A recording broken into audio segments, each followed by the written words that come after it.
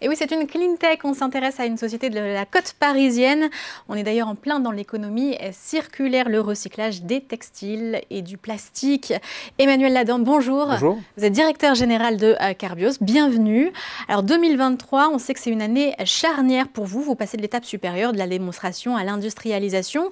D'ailleurs, toute dernière actualité de la société, un usage de recyclage de PET, 10 mois pour le permis, un temps record. Les choses vont dans le bon sens. C'est une bonne nouvelle. Oui, alors effectivement, on a obtenu hier le permis de construire et donc ça nous permet de commencer les travaux pour que l'usine soit opérationnelle fin 2025. Donc on est dans le timing et effectivement, on a mis 10 mois à obtenir ce permis de construire, ce qui est 7 mois plus rapide que la moyenne des permis de construire pour des entreprises industrielles en France. Donc on est très content du travail de qualité qui a été fait par Carbios pour obtenir ce permis. Alors dites-nous un peu plus sur cette usine justement à venir, c'est dans le Grand Est.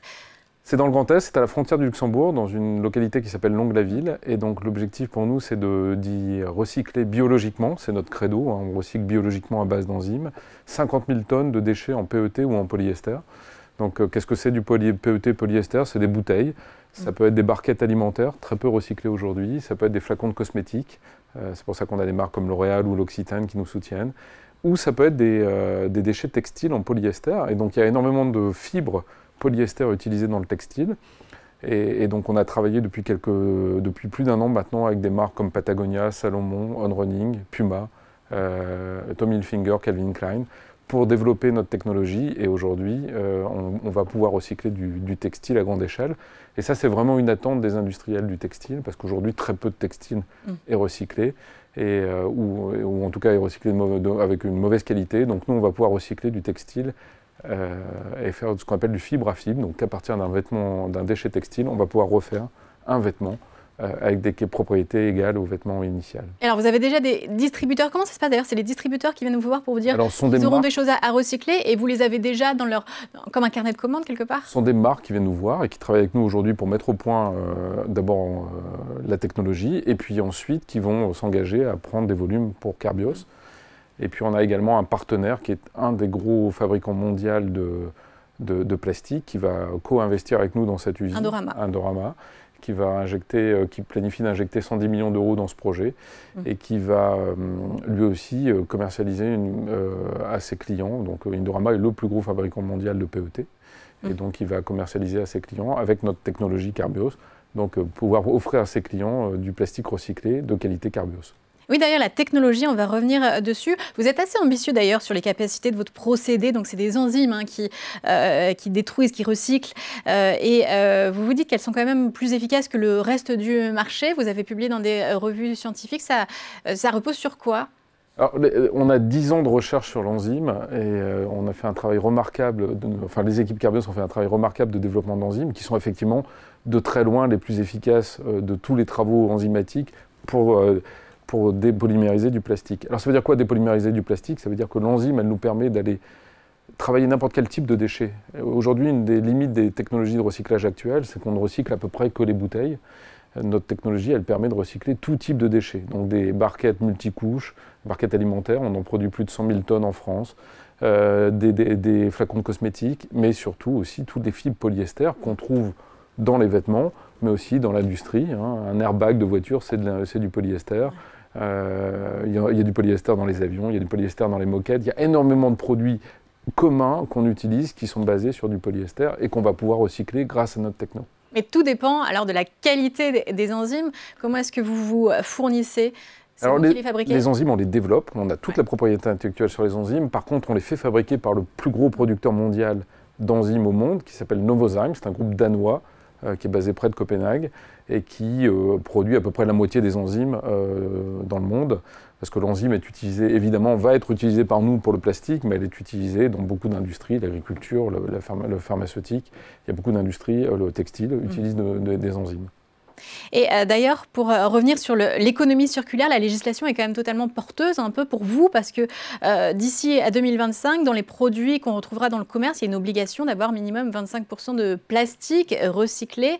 En quoi c'est un levier pour vous? Comment est-ce que vous le percevez justement? C'est un levier parce que ça encourage les marques à aller plus vite dans l'adoption de plastique recyclé. Aujourd'hui, il y a à peu près 10% du plastique en PET polyester qui est recyclé. Évidemment, cette législation en Europe, 25% d'un incorporation va nous permettre d'aller beaucoup plus vite sur la part du plastique recyclé dans le total. Et puis ça va monter, hein. En 2040, c'est projeté d'aller à 65%, donc on ne va pas s'arrêter à 25%. Donc le plastique recyclé va petit à petit prendre des parts de marché sur le plastique vierge. Et donc ça, c'est tout à l'avantage de Carbios, parce que Carbios peut recycler plus que des bouteilles. On sait recycler presque tous les déchets en polyester ou en polystyrène, en polyester ou en PET. Et oui, le recyclage, le plastique recyclé qui se démocratise. Vous êtes aidé dans ces grands projets par les États, les régions. C'est quel genre de subventions que vous avez? Absolument, on a eu des aides très puissantes de l'État français et de la région Grand Est où on va s'installer. Au total, depuis la création de Carbios, on va recevoir 70 millions d'aides. Et pour cette usine, on a reçu 43 millions d'aides, donc une partie par France 2030, l'ADEME, et une partie par la région Grand Est. On va continuer dans les chiffres parce que c'est une activité tout de même où les CAPEX, les dépenses d'investissement, elles sont colossales, surtout au début en tout cas. Dans un contexte où les financements se sont largement tarés, où c'est plus cher, vous gérez ça comment? Alors on a fait, c'est la chance de Carbios, on a des actionnaires, on a 22 000 actionnaires chez Carbios et nos actionnaires historiques et aussi beaucoup de nouveaux actionnaires ont supporté notre dernière levée de fonds, puisqu'on a levé au mois de juillet 141 millions d'euros. Ce qui était la plus grosse levée de fonds d'Euronext Growth depuis 2015. Et ça faisait suite à une première levée de fonds en 2021 de 114 millions d'euros. Donc aujourd'hui, Carbios est financé et peut financer son usine. On a un partenaire industriel qui planifie d'injecter 110 millions dans le projet. Et puis on a eu les aides d'État. J'oublie également de mentionner un prêt de la Banque européenne d'investissement qu'on avait eu fin 2021. Donc tout ça nous permet d'être très sereins sur le financement de cette première usine. Et puis aujourd'hui, on a beaucoup de gens qui s'intéressent à notre technologie, un peu du monde entier. C'est intéressant parce qu'à Clermont-Ferrand, on a notre démonstrateur industriel. On reçoit des Asiatiques, des Américains, d'autres pays européens qui viennent voir notre techno et qui considèrent pour l'adopter sous forme de licence dans le futur. Oui, c'est ça, parce que parlez-nous des licences, on va revenir aussi sur vos prévisions de revenus, les licences que vous espérez signer, donc les licences d'exploitation pour utiliser vos technologies. Ce sera à partir de quand? Est-ce que vous êtes déjà dans des négociations de pré-accord et justement avec qui, sur quel montant? On a beaucoup de prospects, on a des négociations en cours. Je ne peux pas trop en parler tant qu'elles ne sont pas abouties, mais notre ambition, c'est de signer des premières licences dès 2024 avec des partenaires, soit de l'industrie du plastique, PET, soit des partenaires de l'industrie de la pétrochimie, soit des partenaires de l'industrie du waste management. Donc on a pas mal de cibles de gens qui s'intéressent à notre technologie, parce que très simplement aujourd'hui, le recyclage du plastique est limité. On ne peut recycler que les bouteilles. Donc l'avantage numéro un de notre technologie, c'est d'être capable de recycler beaucoup plus que les bouteilles, qui ne représentent que 20% des déchets en plastique polyester.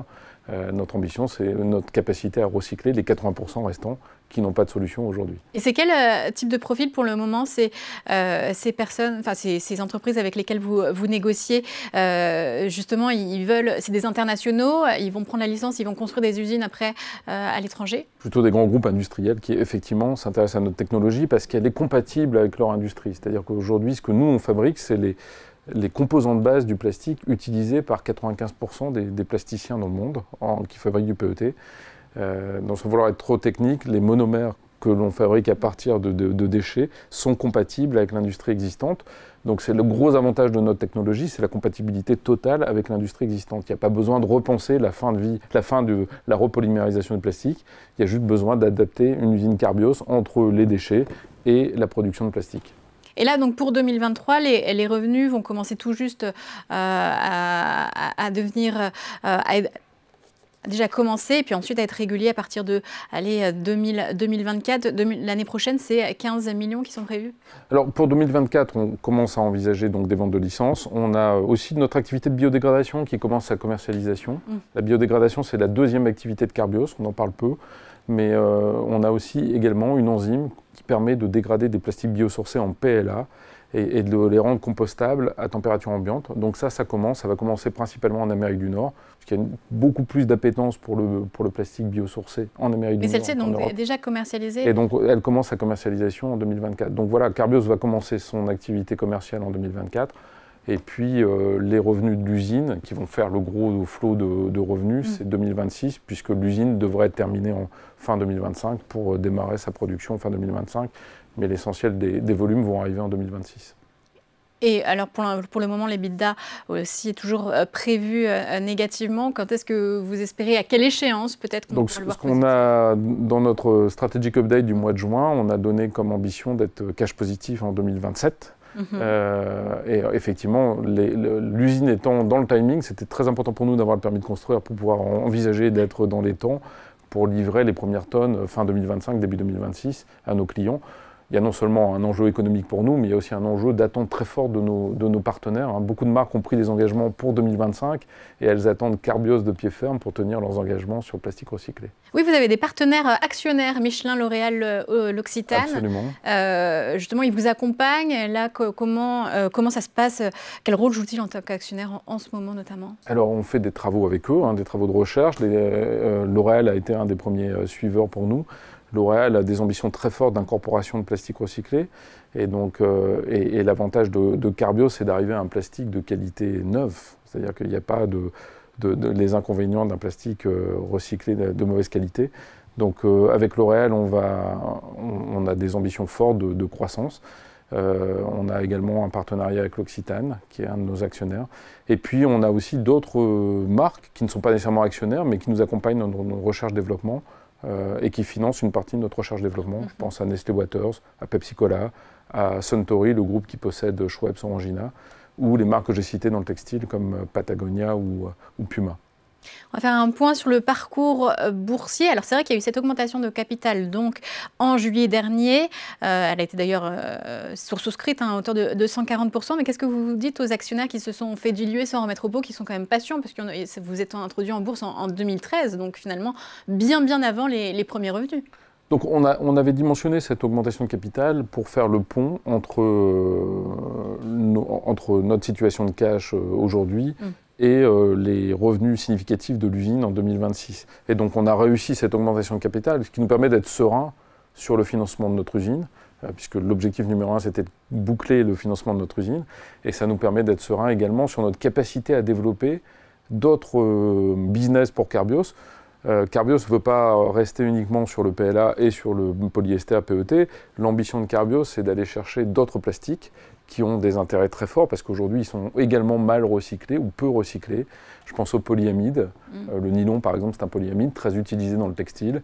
Je pense aussi au polyéthylène, polypropylène, qu'on utilise tous les jours dans notre vie courante sans s'en rendre compte. Ça fait partie des plastiques les plus utilisés. Ça demande de la recherche. Et ça demande de la recherche. Et ce financement, cette levée de fonds, elle nous permet de financer également cette recherche. Donc on a bouclé le financement de notre usine, mais on a également bouclé le financement de notre recherche, ce qui est extrêmement important pour l'avenir de Carbios, parce que l'ambition de Carbios, c'est de devenir un acteur majeur du recyclage, tout plastique confondu, pas exclusivement sur les polyesters. Mais justement, la sanction peut être un peu rude en bourse, moins 33% depuis le début de l'année. Pour vous, c'est dû à quoi? Vous avez justement un peu l'impression d'avoir un traitement comparable aux biotech, c'est-à-dire que ça peut être... Alors, il y a un facteur très clairement, probablement... Beaucoup de financement, et pour l'instant, voilà, ça met du temps à venir au niveau des revenus, des résultats. Sur les biotech, on est sur des temps longs. Quand les marchés se retournent, malheureusement, les biotech sont généralement un peu en première ligne.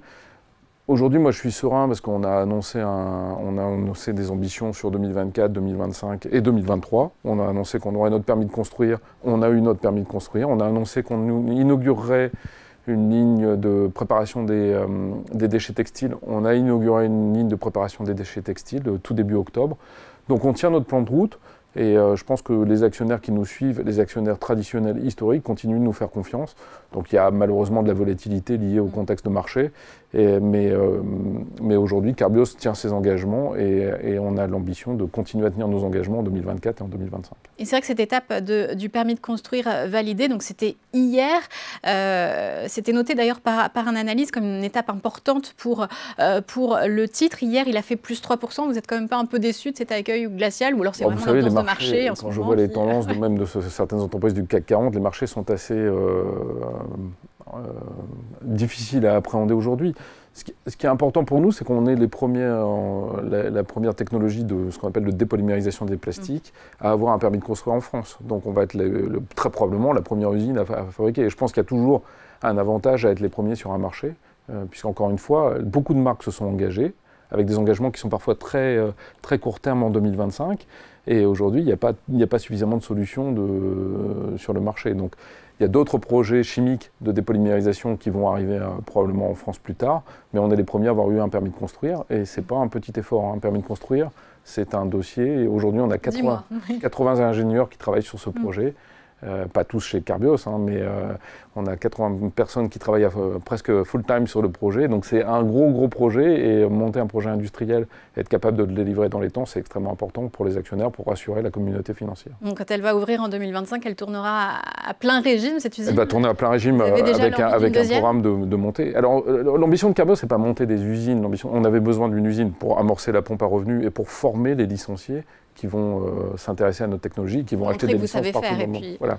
Et puis que la technologie marche bien. Merci beaucoup Emmanuel Ladan, directeur général de Carbios. Merci d'être venu en plateau.